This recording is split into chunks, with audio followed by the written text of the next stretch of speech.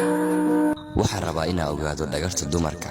haye waayahay intaad dig dhahdid waxaad tagtaa qarqaanka ku yaal dabaqa rooble agtiisa. haye waayahay. halo waxaa ku imaan doona walaalkay wuxuu rabaa inuu saaxiibtiisu aad u jecel yahay u geeyo hadiyad. waxaa rabaa marka inaad u tushid dirac aad u qurux badan oo ay ka hesho dhimashadee. haye waayaanaad igu ogtahay.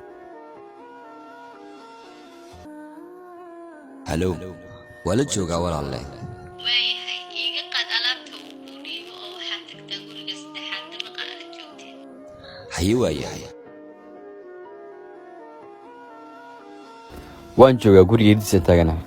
gabadh baa kaa furi doonta waxaad ku tiraahdaa ninkaaga alaabtan igu kaa soo dhiibay. wuxuu ku yiraahday fadhiga ii dhig.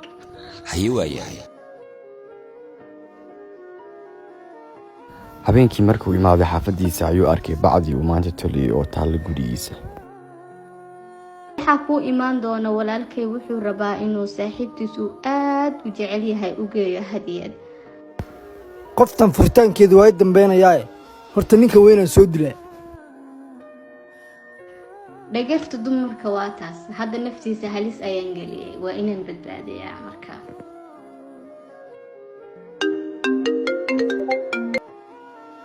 haa sorry walaalkay hadiyadda anuu ii keenay oo ka tijaabinaya. anina xaafadaadan ku soo ilaaway fadhigay taalaayay beri markaad shaqada soo aadayso hore iigu soo qaado. okay bal ka waran nin miskiinaan dili gaadhay gabadhaydana waa furi gaadhay. dhagarta dumarka aad bay u halis badan tahay. hadday ugu talagalaan way kugu dilayaan wayna kugu badbaadin karayaan.